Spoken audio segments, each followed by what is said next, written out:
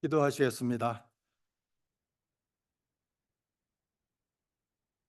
하나님 아버지, 오늘 이 시간 저희가 주님의 말씀을 들을 준비를 하며 저희 마음을 열어주셔서 진리와 이해를 얻을 수 있도록 도와주시길 기도합니다. 주님의 성령으로 저희를 가르치시고 말씀의 깊이를 깨닫게 하여 주옵소서. 저희가 오늘 말씀을 통해 하나님의 뜻을 더 명확히 알고 저희 삶에 적용할 수 있는 지혜와 통찰을 얻게 하여 주옵소서. 말씀을 전하는 이와 듣는 이 모두가 하나님의 뜻을 밝히 알게 하시고 이 시간이 주님의 영광을 드러내는 시간이 되게 하옵소서.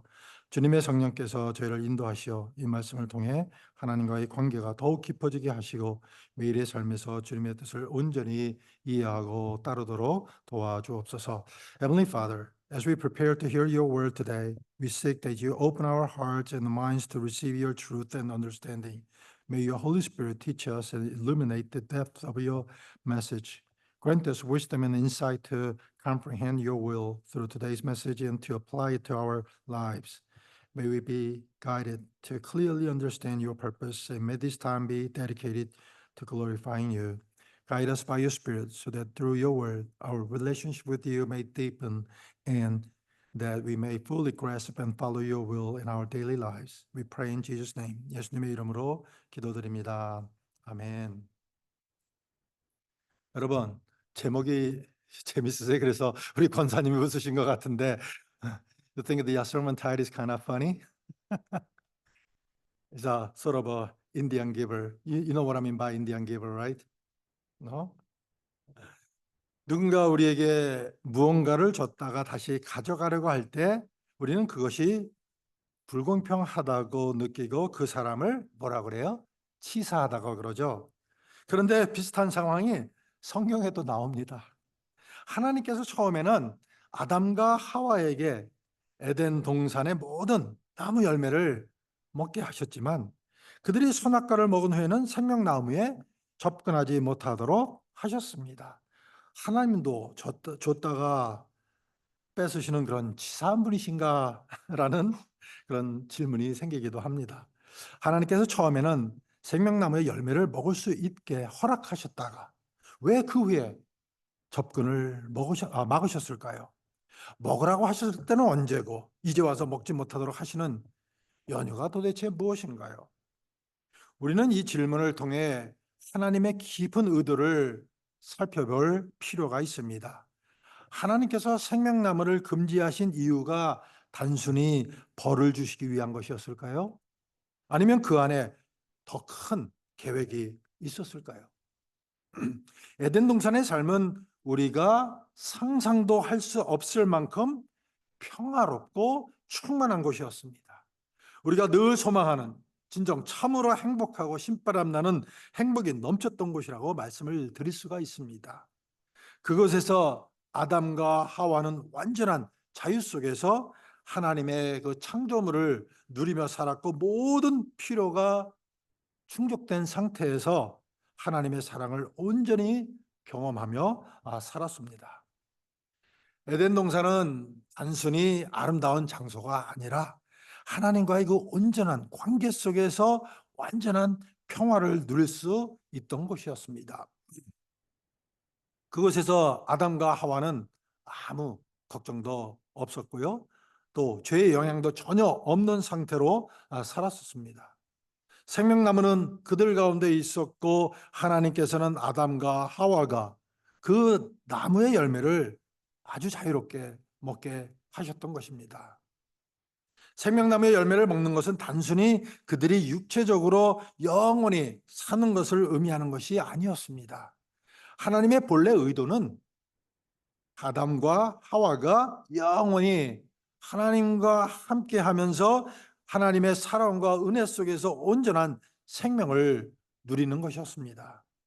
생명나무는 하나님과의 온전한 교제 속에서의 영생을 상징했던 것입니다. 아담과 하와는 하나님의 뜻과 보호 속에서 영원한 기쁨을 누릴 수 있는 존재로 창조되었고 생명나무의 열매는 그들이 영원한 생명과 하나님과의 관계를 지속적으로 누릴 수 있는 것에 대한 상징이었던 겁니다. 그러나 선악을 알게 하는 나무는 그들과 하나님 사이에 경계를 의미했습니다. 하나님께서 그 열매를 먹지 말라고 명령하신 이유는 그들이 스스로 선악을 판단하는 위치에 서지 않기를 바라셨기 때문입니다. 하나님께서는 그들을 보호하시기 위해 선악과를 금지하셨고 아담과 하와가 하나님께 전적으로 의지하며 사는 그러한 삶을 원하셨던 것입니다. 그들의 삶은 하나님과의 깊은 신뢰관계 속에서 이루어졌고 또 생명나무의 열매를 먹으며 하나님께서 주시는 영원한 생명을 누리도록 설계된 창조된 그러한 존재였던 것입니다. 하와가 에덴 동산에서 평화롭게 거닐던 그 순간 뱀이 다가와 속삭였습니다. 정말로 하나님께서 그 열매를 먹지 말라고 하시느냐? 뱀은 교묘하게 하나님의 말씀을 의심하게 만들며 이 열매를 먹으면 너희도 하나님처럼 되어 선악을 알게 될 것이다 라고 속삭였던 것입니다. 그러곤 속였던 겁니다. 하와는 그 말을 듣고 의심에 빠졌습니다. 그 열매가 갑자기 더 아름다워 보였고 먹고 싶은 그런 충동을 느끼게 되었던 것입니다. 결국 그녀는 그 열매를 따서 먹고 아담에게도 주었습니다. 이 정도쯤이야 괜찮겠지라는 아마 생각이 들었는지도 모릅니다. 그러나 그 순간 그들의 눈이 열렸습니다. 이전까지는 몰랐던 그 죄의 무게가 그들의 마음을 짓눌렀습니다. 그것이 너무나 부끄럽고 수치스럽게 느껴졌습니다. 그들은 급하게 무화과 나뭇잎을 엮어 몸을 가렸습니다. 그들의 마음에는 죄책감과 두려움이 가득 차 올랐고 더 이상 하나님의 창조물 안에서 자유롭게 살 수 없다는 그런 사실을 깨달았습니다. 그들이 느꼈던 것은 단순한 수치심만이 아니었습니다. 그들은 하나님의 뜻을 어긴 것이며 그로 인해 하나님과의 관계가 깨어졌다는 두려움이 그들의 마음을 휩싸이고 있었던 것입니다. 그전까지는 한 번도 경험하지 못했던 그 두려움과 수치심에 사로잡힌 그들은 자신이 무엇을 잘못했는지 그제야 깨달았던 것입니다. 아담과 하와는 죄를 지음으로써 스스로의 연약함과 부끄러움을 직면해야 했고 이제는 하나님 앞에 나아가기가 두려워졌던 겁니다. 이 이야기는 우리에게 경고합니다. 죄는 달콤해 보이지만 그 뒤에는 고통과 수치가 따른다는 것입니다. 우리는 늘 우리에게 다가와 하나님의 말씀을 의심하게 하고 우리 스스로 옳고 그름을 판단하게 하려는 속삭임에 귀를 기울이지 않아야 합니다. 그들이 선악과를 먹은 후에 일어난 변화는 단순한 깨달음이 아니었습니다. 그들은 이제 선악을 판단하는 책임을 짊어지게 되었고 그로 인해 하나님과의 관계가 깨어졌던 것입니다. 하나님은 그들을 찾으시며 말씀하십니다. 아담아, 내가 어디 있느냐?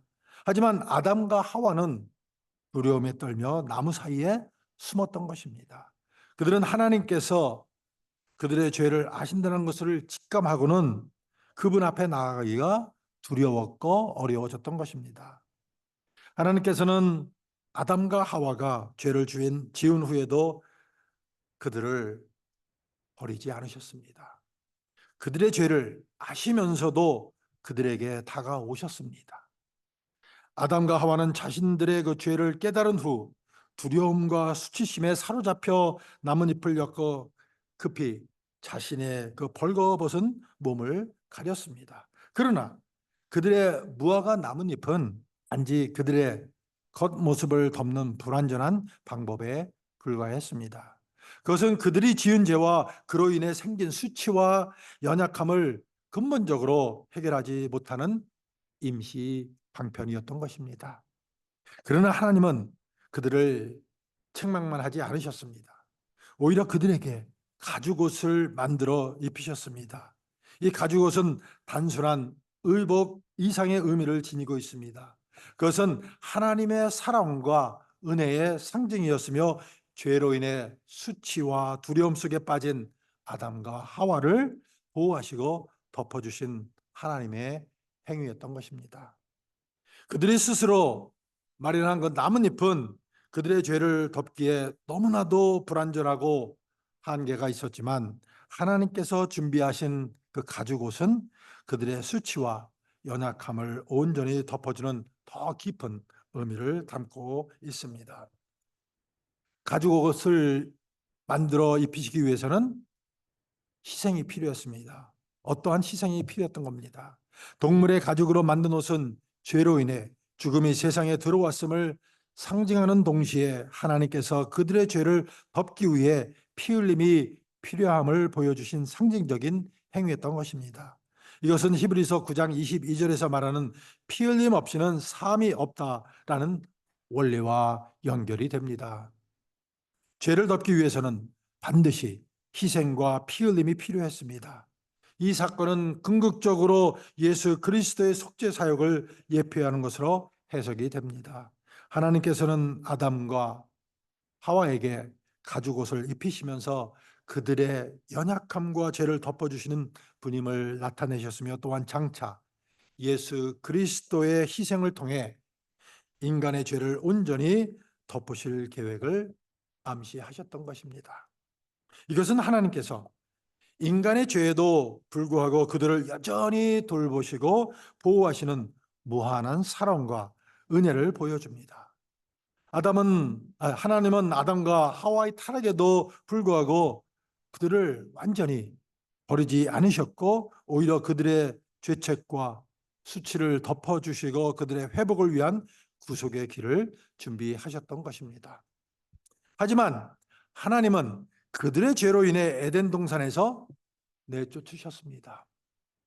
그 이유는 그들이 타락한 상태에서 생명나무에 접근하여 영원히 살게 하지 않기 위함이었습니다.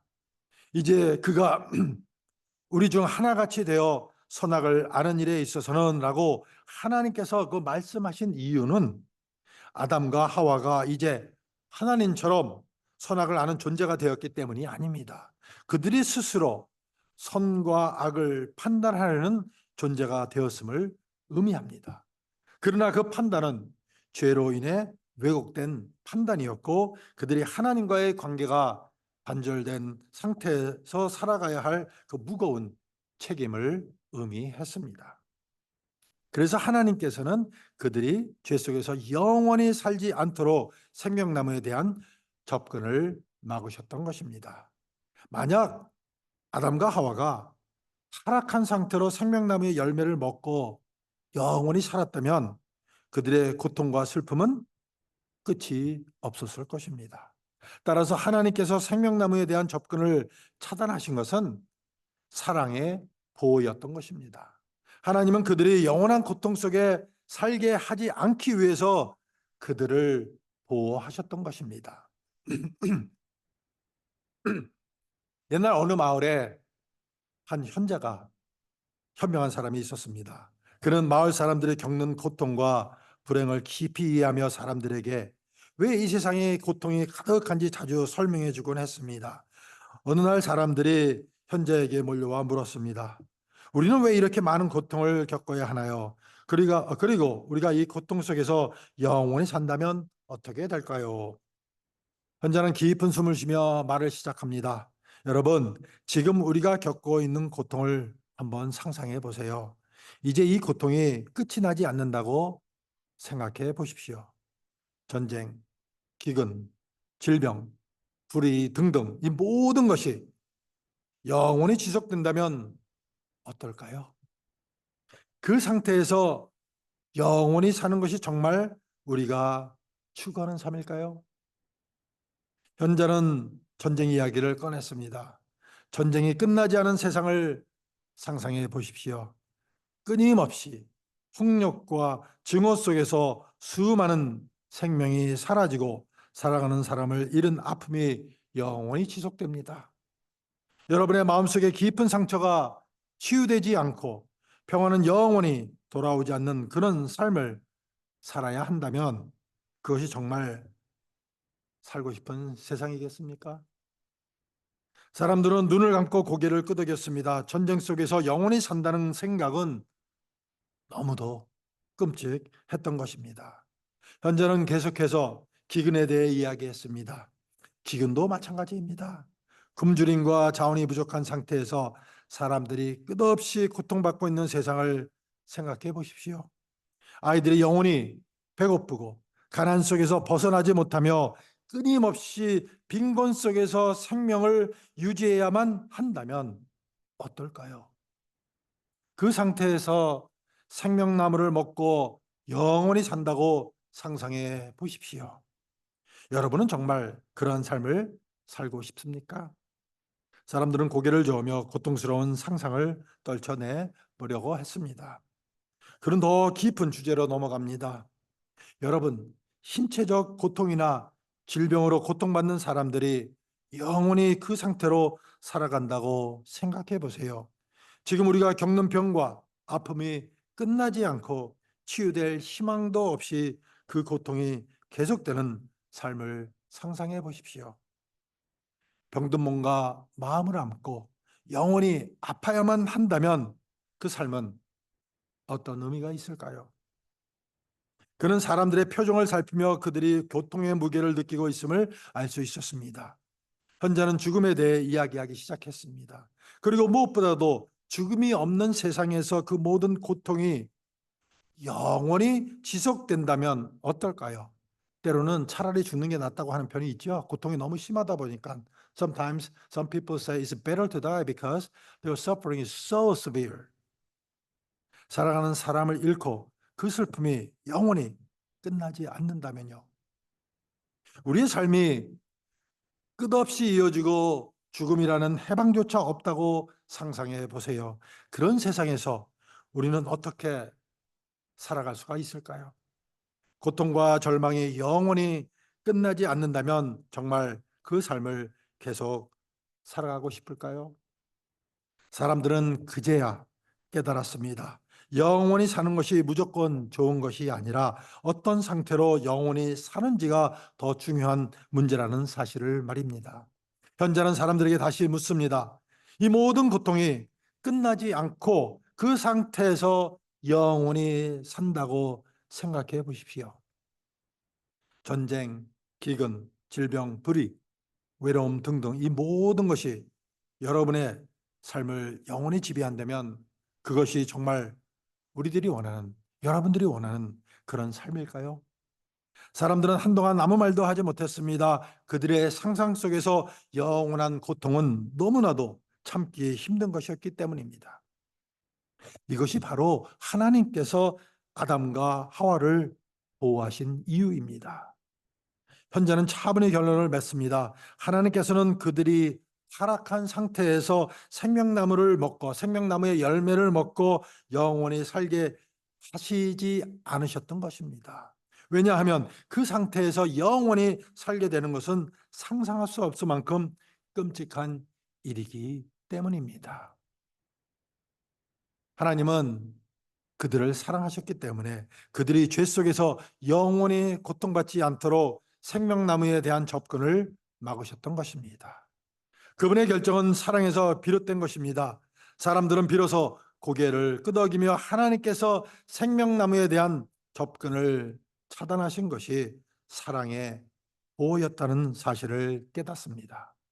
우리는 죄로 인해 고통받지만 영원한 고통 속에서 살게 되지 않은 것은 하나님의 은혜라는 것입니다.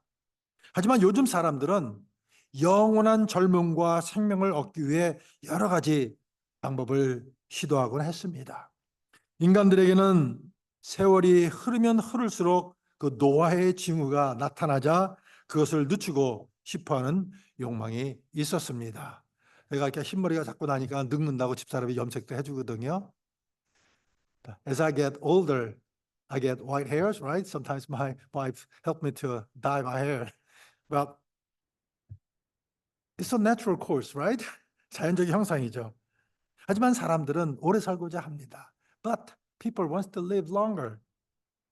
그래서 또 브라이언 잔슨이라는 억만장자는 과학자들을 고용하여 젊은 혈액, 젊은 피를 수혈받는 방법을 시도했고 1년에 자그마치 20억 원 이상을 쓰면서 자신의 그 젊은 아들의 피를 이용해 노화를 막으려고 했습니다. 이렇게 하면 영원히 젊어질 수 있다는 믿음으로 이 방법을 시도했지만 그의 노력은 여전히 그가 꿈꾸는 영생과는 거리가 멀었습니다. 제가 장담하건대 그도 누구와 마찬가지로 언젠가는 죽음을 맞이할 것입니다. 현대 사람들은 오래 살기 위해 어떤 수단도 마다하지 않고 있습니다. 많은 사람들이 과학과 기술을 이용해 생명을 연장하려고 하고 있습니다. 어떤 사람들은 줄기세포 치료나 유전자 편집을 통해 노화를 막으려고 하고, 또 어떤 사람들은 영양제나 특정 식이요법을 통해 수명을 늘리려고 합니다.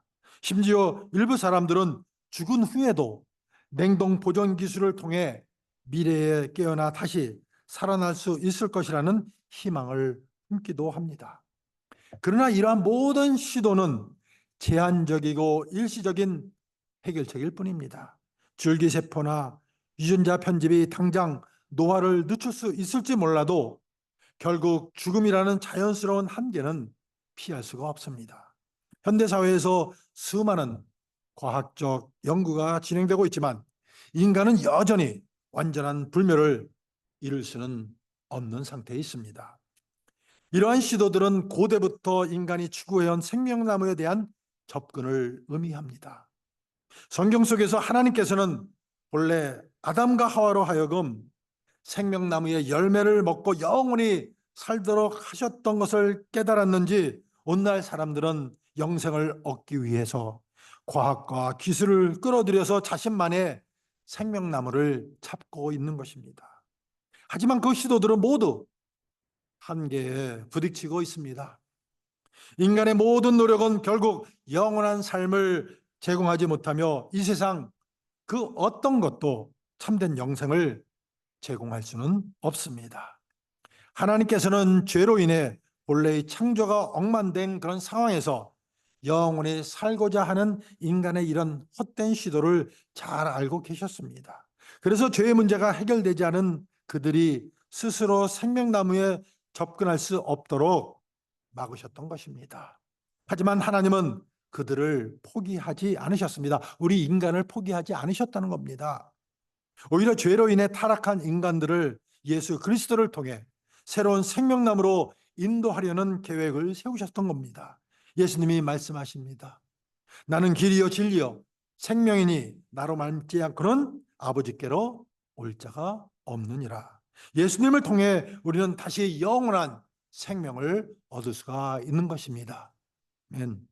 하나님께서 생명나무에 대한 접근을 차단하신 것은 인간이 죄 속에서 영원히 살지 않도록 보호하신 사랑의 결정이었던 것입니다. 그러나 그분은 우리를 위해 구원의 길을 열어주셨습니다. 요한계시록 22장 2절에서는 새 예루살렘에서 생명나무가 다시 등장합니다. 그 열매는 구속받은 자들에게만 영원한 생명을 제공합니다. 예수님을 믿는 자들은 이제 이 생명나무의 열매를 먹고 영원한 생명을 얻게 될 것입니다. 오늘날 우리는 하나님께서 마련하신 예수 그리스도를 통한 구속의 계획 안에서 생명나무에 접근할 수 있는 길을 가지게 되었습니다. 더 이상 인간의 헛된 시도에 의존할 필요가 없습니다. 예수님을 믿는 자는 다시 생명나무의 축복을 누리며 하나님과 온전한 관계 속에서 영원한 생명을 얻는 것입니다. 결론적으로 하나님은 처음부터 주었다가 뺏는 그런 치사한 분이 아니십니다. 오히려 하나님은 더 큰 사랑과 은혜로 우리를 구원하시기 위해 일시적으로 생명나무에 대한 그 접근을 차단하셨던 것입니다. 그분의 계획은 인간이 죄에서 구원받고 새로운 생명나무 곧 예수 그리스도를 통해 영원한 생명을 누리는 것이었습니다. 그러므로 사랑하는 성도 여러분, 열심히 전심으로 예수 그리스도를 믿고 하나님과 영원한 삶을 꿈꾸며 하루하루 주 은혜 가운데 행복하게 신바람 나게 살아가시는 저와 여러분이 되시기를 예수님의 이름으로 축원을 드립니다. 아멘. 기도하시겠습니다.